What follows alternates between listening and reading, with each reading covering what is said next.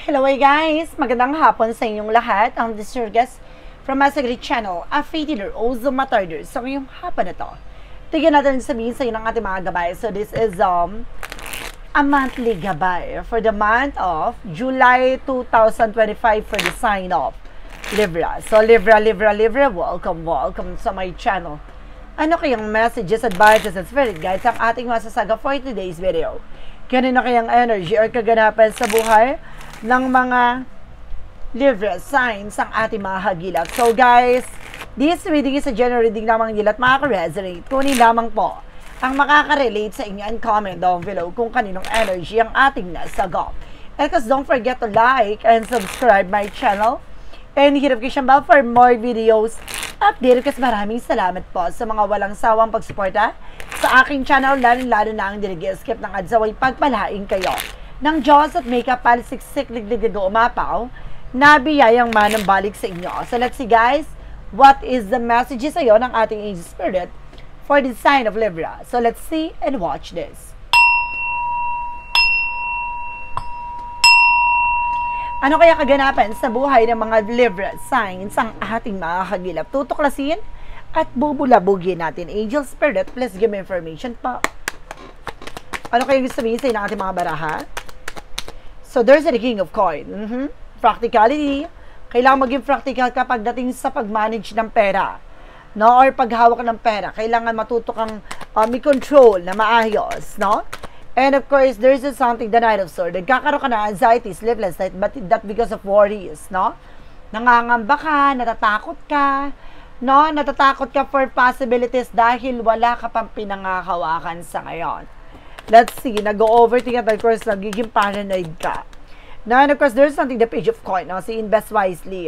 No, kapag mayroon ka pinanghahawak na pera, pangalagaan at protectionan mo ito. No, hanapan mo kung paano lalago ito. No, huwag kang humanap ng isang bagay na alam mong pagkakagastusan lamang. Let's see what is additional messages. Represent with the Queen of Wands, confident. Lakas mo loob mo, lakas mo ang pakiramdam mo. No, kailangan na may kumpiyansa ka sa sarili mo. No, let's see. And there's a Ace of Swords, something breakthrough. Magtatagumpay ka din dito. Unti-unting liliwanag, lilinaw sa'yo lahat ng bagay. No, magkakaroon ka ng mental clarity. And there's a Seven of Swords with the sneakiness. No, malalaman mo kung sino mga traidor, manloloko at impostor sa paligid mo. Or either kailangan na alamin mo o tuklasin mo ito. No, kailangan maging mabusisi ka. Alamin mo kung sino yung mga taong hindi totoo sa eksena mo. Additional messages with an angel spirit. And there's a Ten of Wands, represent the King of Pentacles. Now, this is something, an obligation or responsibility. No, kaya ka nabibigatan sa eksena dahil may mga ibinabayaran ka sa pasa ngayon. No, dahil hirapan ka pagdating sa finances or resource of income dahil sa mga hinuhulugan mo pa ngayon. Ito yung kailangan mo pangalagaan at proteksyonan. Now, let's see what is additional messages. Represent with the Ten of Wands, something burden. Na meron dito mabigat or kumbaga meron dito na para sumasabot tayo sa eksena mo. No? Tumatraidor sa'yo. No? There's something betrayal, lying, cheating on you. No, kaya ka nag-overthink, or kaya ka rin hindi makatulog dahil may sumasabotahe sa'yo, no? It's a sign. There's a Two of Wands by choices. Piliin mo lang yung mga taong pagkakatiwalaan mo, no? Kailangan na matuto kang kumilatis ng tao. And of course, there's something that's separate with a perfect timing. So, matuto kang kumalma. No, may mga bagay na hindi pa sa ngayon. No, matuto kang gawin mo yung mga bagay na dapat mong gawin. No, lakas ang loob mo, huwag kang matakot. No? And of course, there's something, the Four of Coin, something saving money, protection at pangalagaan mo yung grounds mo. No, even your territory, no? Kumbaga, binibigyan ka ng mental clarity dito na pagdating sa finances, matuto kang i-manage, i-control, no? At humanap ka kung paano lalago. And there's a Star card, something recovery and healing. No, lahat ng magay na sikreto, lahat ng mga tao nagsinungaling sa'yo, unti-unti ka rin makaka-recover sa mga tao na yan. No, maaring niloko ka, na scam ka. No, nabudol ka. So, ngayon makaka-recover ka na. Now, let's see what is the additional messages with the King of Coin because the Ten of Wands. Reverse with the Eight of Pentacles, na mag-focus ka lang sa trabaho, negosyo, hanap buhay mo. No, sa ginagawa mo, sa pinagkakabalahan mo, mag-focus ka lang dyan. Additional messages with the Knight of Swords, the Ten of Swords. Reference with the Queen of Cups, emotional healing. Magiging kalmado na ang emosyon mo. No, isa sa bagay na kaya ka nakakaramdam ng kaba, no, parang balisa dahil meron tumatrader behind your back. So, kailangan matuto kang kumilatis ng tao or pakiramdaman yung mga tao sa paligid mo. No, malalaman mo yan. No, binibigyan ka ng signs na you need to pay attention. Ganon. And there's something, the Four of Cups, something to evaluate or analyze. No, may mga bagay na kailangan pag-isipan, klaruhin at liwanagin. No? Let's see, what is the additional messages? So, there's the Ten of Swords, the Two of Swords, something decision. No, kailangan mo rin mag-decision dito. No? Kailangan mo rin mag-take ng actions dito. And there's a hyphen for a lesson learned. Basta matuto ka na sa mga pinagdaanan mo. No? Magkaroon ka na ng decision dito na kailangan mo ng kumalma, mag-isip muna. No? Wag pala desisyon. No? Matuto ka sa mga naging leksyon sa'yo. No? Matuto kang pag-isipan mabuti yung bawat eksena pagkakagastusan. No, bago ka pumasok sa isang sitwasyon dahil baka maipit ka na naman. And there's a Knight of Cups, there's a wish fulfillment. Matutupad din yung mga pangarap mo, yung gusto mo mangyari, isikreto mo muna yan. No, huwag kang mag-share ng thoughts and information with other people. No, pagdating sa outcome, there's a strength with confidence. So, kailangan lakasan mo loob mo, maging matapang ka. Alisin mo yung takot at pangamba mo. No, and of course, there's something, the Queen of Cups, something practicality. So, kailangan maging practical ka rin how to manage and control it. No, matuto kang maging practical sa ginagawa mo, sa pinagkakaabalahan mo. And there's a Seven of Cups, something confusion, no, or opportunities. Nasa mo pinaguguluhan ka, pag alam mo naguguluhan ka sa situation, time first muna, kumalma ka, ganon. Pag-isipang mabuti with the Four of Cups, ganon. No, pili mo yung mga bagay na makakatulong sa'yo, invest wisely. No, kung baga itong bagay na to, wala ba may assurance ba to or wala? No, kung alam mong wala ka namang kasiguro doon sa bagay nito, bakit ka susugal sa eksena na yan? No, wag kang magpakasyunga sa situation na to. Kailangan maging wais ka na. Ito yung sinasabi kanina, buksan mo ang isip mo, matuto kang mangilatis at matuto kang pag-aaralan ng bawat tao sa paligid mo. No? And there's a Six of Cups. Now, there's something, guys, with a past person coming back. Or either kailangan mo mag-decision dito na kailangan mo na kalimutan na nakaraan. No? Matuto ka na, no? Matuto ka na kumalma, matuto ka ng, sa mga taong pagkakatiwalaan mo. No? Kailangan mong harapin yung kinabukasan mo. Huwag kang bumalik sa nakaraan.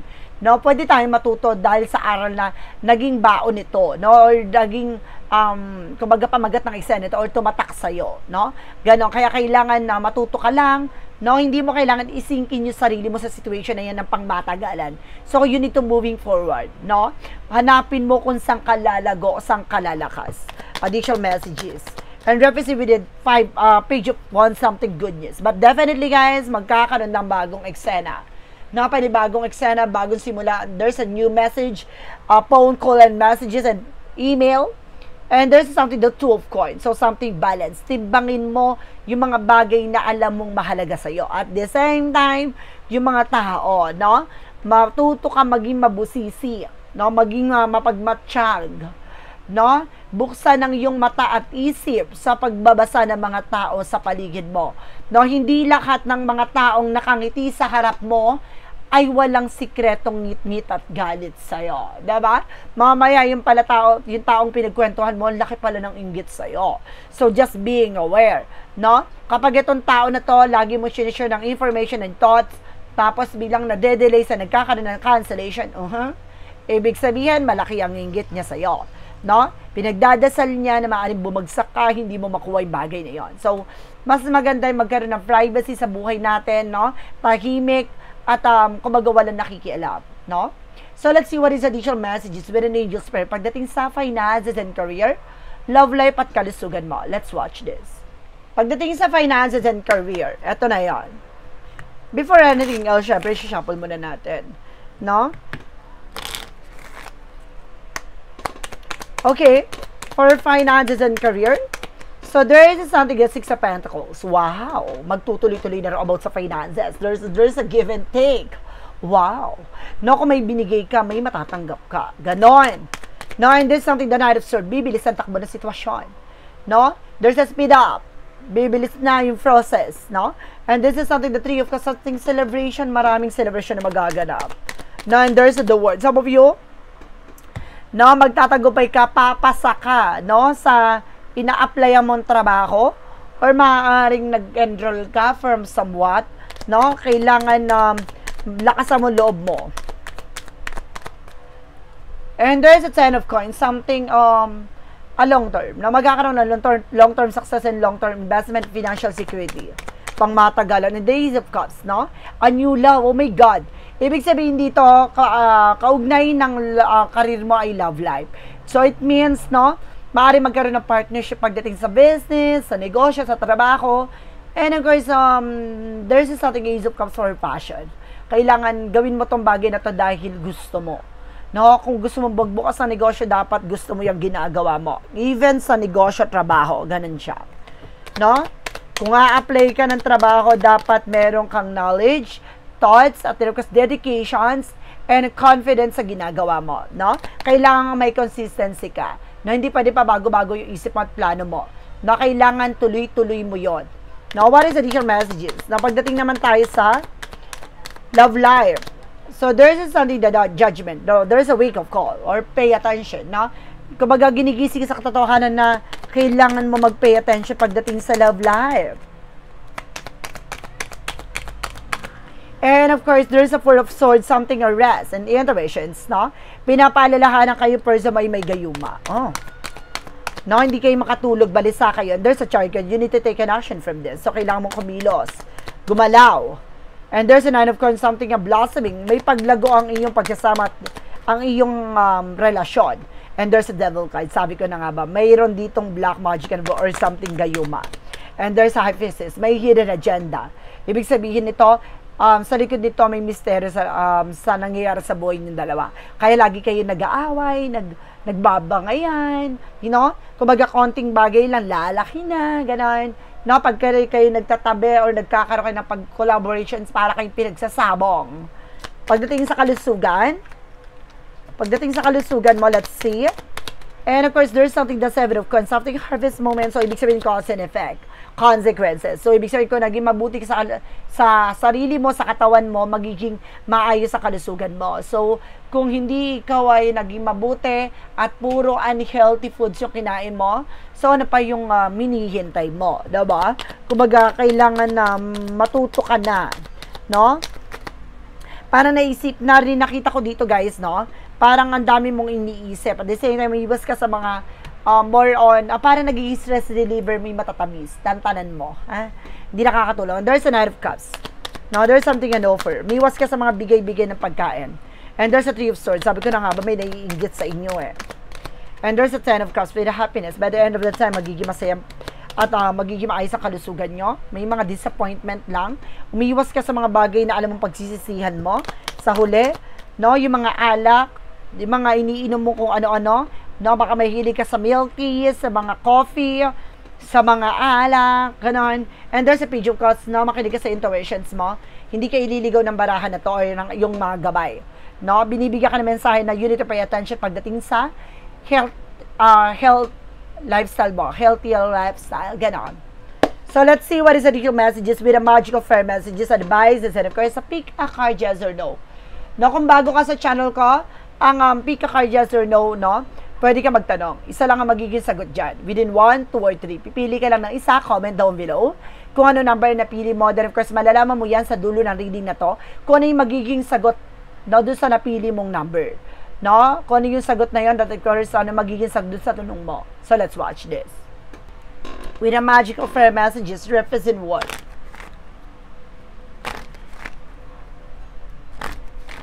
With a magical fair messages,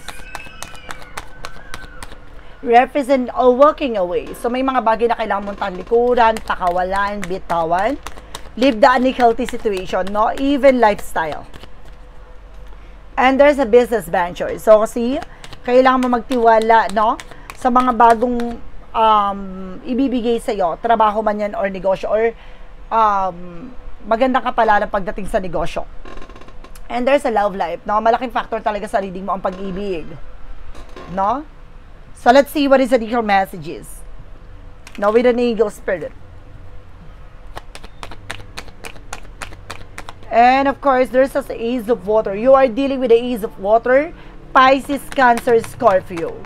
And of course, limitation with the fear. Now, limitahan mo yung mga takot at pangamba mo. At the same time, guys, there's something integrations with the union. No, some of you meron ditong babalik. No? And there's an avoidance. Kailangan mong harapin yan. No? Hindi mo kailangan talikuran yung mga bagay na yan. Kailangan marunong kang humarap sa mga bagay na kinakatakutan mo. No? The more na tinatakasan mo yan, the more na mumultuhin ka pa rin yan. So, kaya kailangan matuto kang harapin yung mga bagay na yon. Ito yung sinasabi, limitahan mo ang takot mo. With the synchronicities, represent what? There's a sorrow. No? Yung drama, ego, pride, no? Yung lungkut-lungkutan. Kailangan kumbaga tanggapin mo yung ano man yung mga bagay na nangyayari sa'yo. No? Huwag kang mag-sink in ng negativity sa buhay mo. No? Parang, ang nangyayari kasi parang, kala mo pinagsakluban ka ng langit at lupa. No. Kumaga ikaw yung gagawa na ikababago ng buhay mo. Kung babaguhin mo yung sistema or pamamaraan mo sa pagtakbo ng iyong buhay, bababago ang kapalaran mo. So, kaya kailangan, it's time to step up, no? Ngayon pa lang, kailangan mong bumangon at baguhin na ang mga nakagis na at nakagawian mong pag-uugali, kagawian mo sa iyong mga nakasanayan, no, na ginagawa. So, ngayon pa lang, no, kailangan mo nang mabago. And there's something fake. No, magtiwala at manampalataya ka sa ating pong may kapal. Lahat ng mga bagay nito ay may ibig sabihin, no? And there's something creativity, no? Mas papalawigin, bibigyang kulay ang ikot ng iyong kapalaran. What is additional messages with the Romance Angels with a Mystic Love Oracle deck? Represent with a marriage. Now, some of you, there's something marriage, no? Sacred union. Now, meron dito about sa pag-ibig, relasyon. And of course, there's something heartbreak, no? Some of you, baka ikasal ka ulit. No? Maaring meron ditong talagang matapos na ang relasyon. Or meron ditong marriage na maaring manumbalik ulit. No? Parang magkakaroon ulit kayo ng, kumbaga, retreat. No? Or something na, re-renewal, no? Renewal ng inyong relasyon. And there's a social media keeping tabs. No, some of you guys, no, may nag-i-stalk sa'yo. May nagsusubaybay by social media. Ito yung sinasabi ko, don't share any informations regarding dun sa mga achievements mo, sa mga nararating mo, sa mga nakukuha mo. Kasi may mga tao sa paligid mo na natutuwa sa success mo, pero some of them, guys, hindi talaga natutuwa. No, naiinggit, no, may ngit-ngit at galit. So, kailangan mo nang mabago ito na huwag ka na nag-share ng information na tungkol sa buhay mo, no? And there's something, Angel's number represent with a 0220 with the act on your idea.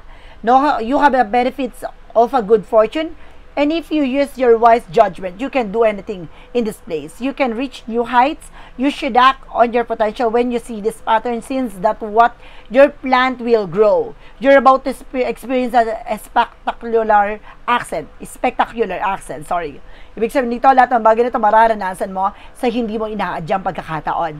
So, kailangan mong mabago na, yun nga, yung mga nakagis na nakagawian mo, kung ano man yung mga bagay na itinanim mo, siya nga anihin mo. Kung ano man yung mga bagay na ipinunla mo, yun ang makukuha mo. Ibig sabihin, kung gagawin mo tong bagay na ito na punong-puno ng negatibo, ano pa nga anihin mo? Punong-puno rin ng negatibo.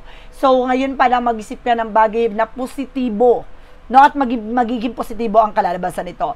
No, there's a realistic and practical approach. So, kailangan ngayon pa lang aayusin mo na ang iyong pananaw, ang iyong kaisipan, ang iyong mga sinasabi with other people, no? Mas matututo ka ng proteksyonan mo ang iyong sarili. There's a judgment, paalala sa'yo, na kailangan mo mag-pay attention sa sarili mo, no? Lahat ng bagay na mababago sa harap mo, lahat ng mga bagay na babaguhin mo sa sitwasyon mo, ay mababago ang ikot ng kapalaran mo. So, ngayon pa lang, baguhin mo na kung ano man yung nakagis na nakagawian mo. What is the Money Move Oracle deck? With the Money Move Oracle deck, and of course, there's something spiritual work, no? You are a light worker. So, ibig sabihin nito, ikaw din na magsisilbing liwanag para sa iba, no? Kung ano yung naranasan mo, lahat ng mga pinagdaanan mo, magiging halimbawa yon para sa ibang tao na ganun din yung mga naramdaman at naranasan sa'yo. So, ikaw din yung tutulong sa iba or makakatulong sa iba para mabago din yung kanilang perspective. What is the what lies beneath with the hidden future? What lies beneath with the hidden future represent what? And of course, there's an emotional intelligence. Ooh. So, ngayon pa lang, pagdating sa emosyon, maging matalino ka na. No, huwag kang padadala ng tensyon, huwag kang padadala ng takot, huwag kang padadala ng galit. No, lahat ng emosyon, lahat ng mga nararamdaman mo ay makakaapekto sa sitwasyon mo. So, ngayon pa lang, kung matututo kang gamayan at pakiramdaman kung ano man yung nangyayari sa paligid mo, hindi na to makakaapekto sa hinaharap mo. Ibig sabihin, kung yung galit, no, ay hindi ka padadaig, no, ng emosyon na yan, magiging kalmado ang sitwasyon ng kalalabasan yan. So, pati sa galit, puot, at the same time yung iyak, no, kumaga hinanakit, lahat ng bagay na yan, matuto kang maging matalino, no, pagdating sa emosyon. No, huwag kang padadala ng tension at huwag kang padadala ng kung ano man yung emosyon na meron ka, no, during that time. So, basta matuto kang mag-control at i-manage yan.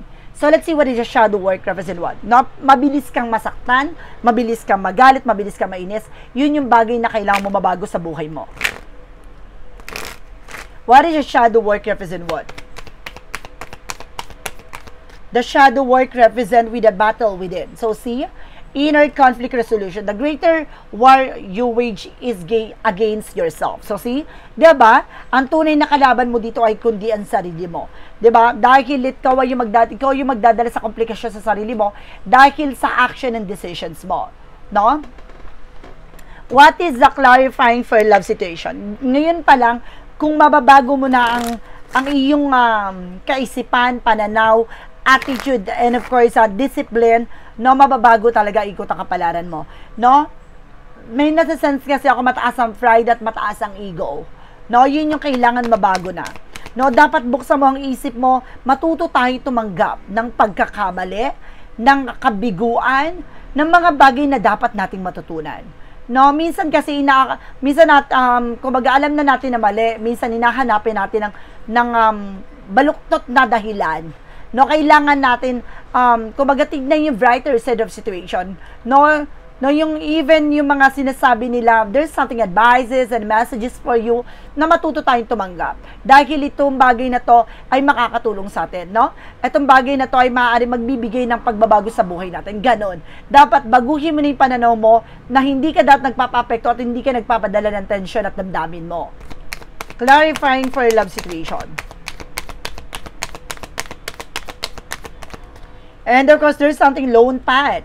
Needing to take time out or be on your own for a while. So see, mas maganda ng kailangan mong magpakaisa, magpakalayo-layo, at of course, maging tahimik muna for a meantime. Na mas maganda yung ganon, na makapag-isip ka ng tama at mali, no? Malaman mo kung ano yung mahalaga at hindi. No, dun papasok lahat ng mga positivity sa isip mo na at marunong ka ng tumanggap ng mga bagay na sinasabi against sa'yo. No? Hindi kasi, kumbaga nangyayari kasi dito, lahat ng mga sinasabi sa'yo, akala mo kalaban na, akala mo, kumbaga, kinukontra ka sa lahat ng bawat eksena. No! So, kaya siya nagbibigay ng advices and messages kasi mali yung pananaw at yung iniisip mo. Mali yung mga pinaniniwalaan mo. Yun yung kailangan mong tanggapin. No? And of course, there's something clarifying for a love situation. Diba? Katulad ng isang negative, guys. No? Pag nasa negative traits ka or nasa negative situation ka, ano pa yung aasahan mo sa outcome at decisions? And of course, sa mga mangyayari sa buhay mo, negative din. No? Sa mga decision mong nega. No? And of course, the clarifying for life situation, there's a stand and strong. No? Tumindig at tumayo ka ng mas matibay at mas malakas. No? With defense as your shield, find strength and preservations guarding what matter most. So, see? Ito yung sinasabi, no? Ano ba yung mas mahalaga? No? Kailangan mo maging malakas, maging matibay, at the same time, lakasan mo ang loob mo, no? At protection ng pangalagaan mo, yung sarili mo laban sa sarili mo. Let's see what is a part of the light.